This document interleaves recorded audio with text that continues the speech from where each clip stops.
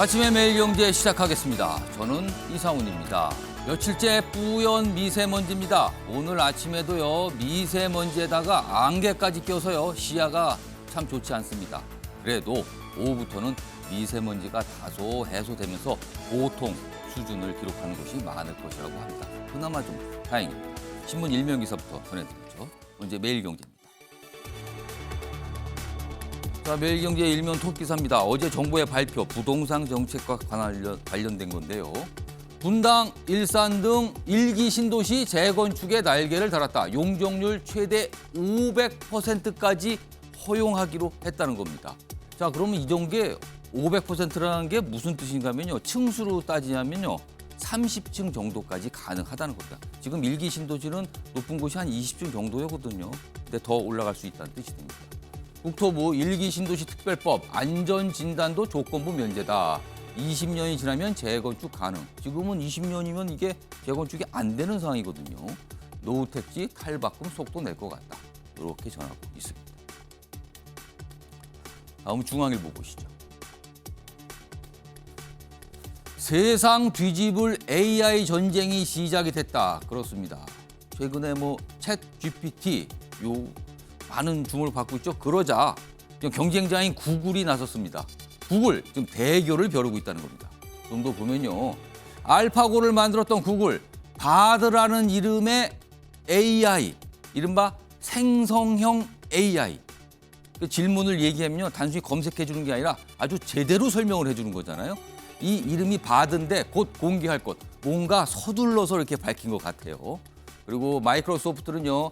챗 GPT 개발사와 연합해서 반격에 나서겠다. 그리고 뭔가를 발표하겠다고 예고까지 했습니다. 이런 가운데 우리나라 네이버, 카카오, 중국 바이두도 참전을 하고 있다. 전 세계 IT 기업들 AI 경쟁에 들어갔습니다. 이번엔 한겨레 보시죠. 자, 베트남전 민간인 학살, 한국 책임 첫 인정을 하는 재판 결과가 나왔습니다. 좀 더 보겠습니다. 지금 법원이요. 그러니까 이 베트남 국적의 피해자가 우리 정부를 상대로 우리 법원에 소송을 제기한 거였어요. 그러니까 법원이 한국군 당시에 명백한 불법이 있었다. 55년 만에 피해자 배상 판결을 했는데요. 정부 소멸시효 주장을 했는데 이걸 배척을 했습니다. 자, 이게 영향을 여러 가지 미칠 건데 오늘 좀 분석이 좀 돼 있습니다. 다음은 한국일보 확인해 보죠. 자, 이 튀르키예 이 지진 얘기입니다. 지금 강진으로 인한 사망자 여기는 이제 5천 명이잖아요. 이게 어제 밤 상황인데요. 지금 가장 최근까지 들어온 소식에 의하면요, 8천 명에 육박하고 있습니다. 지금요. 계속 늘어날 것으로 보입니다. 그리고 실종자 이렇게 되면은요, 집계 불가다 이런 얘기 나옵니다. 좀 더 보겠습니다. 규모 4.0 이상 여진이 100회 이상 이어지고 있습니다. 원래 7.8짜리가 이 큰 문제를 일으키는 거잖아요. 근데 그 이후에 규모 4짜리들도 계속 이어지고 있다는 거죠. 자, 여기 보면 세계보건기구가요, 사망 최대 2만 명까지 이를 수도 있다. 이렇게 걱정하는 전망을 내놨습니다. 자, 지금까지 일면기사 짚어봤고요. 오늘도 다양한 분야의 뉴스 준비되어 있고요. 그 뉴스의 의미 짚어주시기 위해 오늘도 네 분께서 아침부터 준비하셨습니다. 한 분씩 소개해드리겠습니다. 자, 우선 화면 가장 왼쪽 첫자리입니다. 윤영걸 전 매경닷컴 대표 자리하고 계십니다. 그리고 그 옆에는 김정욱 전 청와대 행정관 나와 계시고요. 세 번째 자리에는 김병민 국민의힘 비대위원 나와 계시고요. 마지막으로 이종훈 시사평론가 자리하고 계십니다. 자, 네 분 안녕하세요.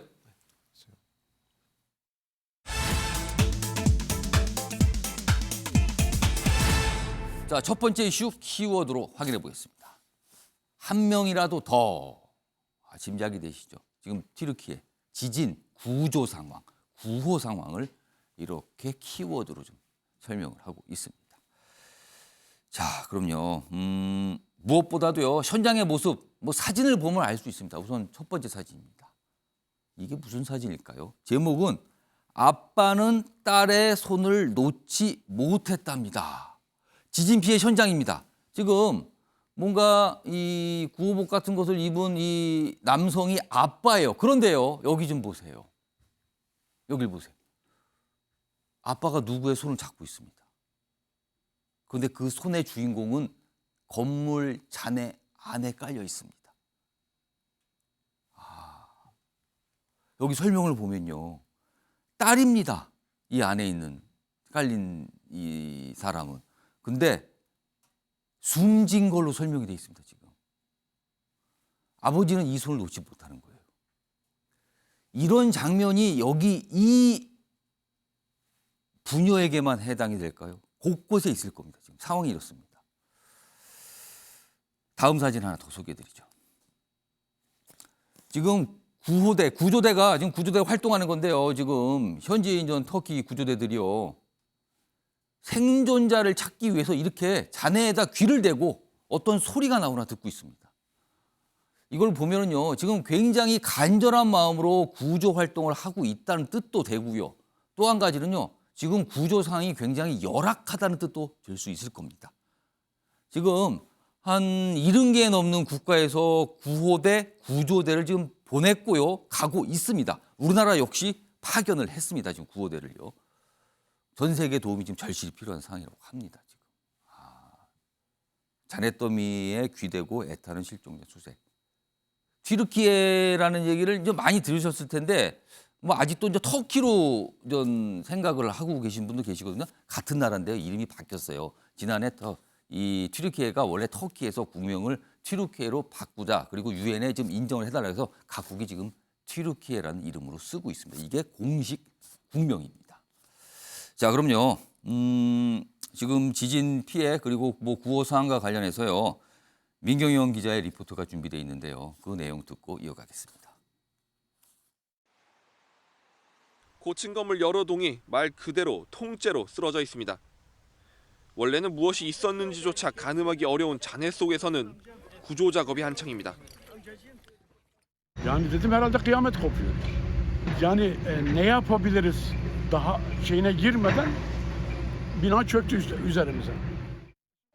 규모 7.8의 지진 하루 뒤 7.5의 강진이 또다시 발생하는 등 여진이 100차례 이상 이어졌고 거센 추위 등 악천후까지 겹치며 사상자는 계속 늘어나고 있습니다. CNN 등 일부 매체는 튀르키예와 시리아 양국에서 사망자가 8,000명에 육박한다고 보도했습니다. 세계보건기구 WHO는 사망자가 최대 2만 명에 이를 것으로 예측하기도 했습니다. 튀르키예 에르도안 대통령은 지진 피해를 본 10개 주에 석 달간 국가 비상사태를 선포했습니다. Deprem bölgesindeki pek çok binada enkaz kaldırma çalışmaları sürdüğü için ölü ve yaralı rakamının nereye kadar yükseleceğini bilemiyoruz. 튀르키예 당국은 우선 피해 지역에 5만 명 이상의 구호 인력을 파견하고 53억 달러의 재정을 투입할 계획입니다. MBN 뉴스 민경영입니다. 자, 이 정도의 피해는요. 한 나라가 피해를 당했지만 그 한 나라가 감당하기가 너무나 어려워요. 그래서 각국이 지금 도움을 주고 있고요. 그리고 사실 이 튀르키예하고 사이가 안 좋은 이스라엘 같은 나라들도 도움을 주겠다는 입장 밝히고 있는 상황입니다. 각국이 지금요. 과거에 뭐 싸웠던 기억 이런 게 중요한 게 아니다. 도와야 된다. 이런 입장을 지금 내고 있고요. 자, 그런데 피해가 너무나 컸습니다. 지금도 사망자 빠르게 늘고 있거든요. 그리고 뭐 건물 무너진 거 이건 이루 말할 수가 없습니다. 왜 이렇게까지 피해가 컸는가? 물론 지진 규모가 워낙 컸긴 했지만 그에 비해서 너무나 피해가 컸다는 거죠. 이유가 있을 겁니다. 기사로 전해드리죠. 자, 여기 몇 가지가 나와 있는데요. 우선 잠든 새벽입니다. 건물 안에 사람들이 다 있었다는 겁니다. 이게 첫 번째고요. 두 번째는요. 이 얕은 땅에서 그러니까 진원이 지표면에서 땅으로 18km 정도밖에 안 됐답니다. 지진치고는 굉장히 얕은 곳에서 이게 시작이 된 거예요. 그리고요. 규모가 원자폭탄 32개 충격이랍니다. 그러니까 고스란히 받게 됐다는 거죠. 자, 그리고요.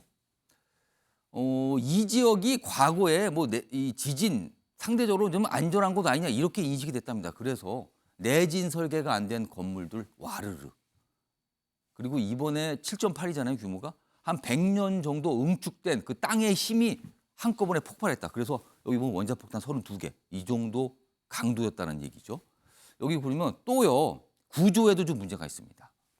특히 시리아도 피해를 같이 받는데 이게 접경 지역이거든요. 시리아 내전 중이거든요. 그러니까 제대로 구조 구호가 되기 어렵다는 상황입니다. 12년간 전쟁으로 건물이 이미 다 손상됐고 반군 지역입니다. 그러니까 행정력이 미치는 힘도 약한 겁니다. 겹겹이 어려움이 쌓여 있어서 이렇게 피해가 커졌다. 이렇게 4가지 정도. 뭐 아까 말씀드린 저런 규모 얘기까지 포함한 5가지 이유 정도로 설명이 가능합니다. 안타깝군요. 아무튼 지금요 많은 나라들이 도움을 주고 있고요. 한 명이라도 더 살리기 위해서 애를 쓰고 있는 모습들 계속 뉴스를 통해서 들어오고 있습니다. 뭐 추가적인 소식이 들어오면요 바로바로 시청자 여러분께 전달해 드리겠습니다.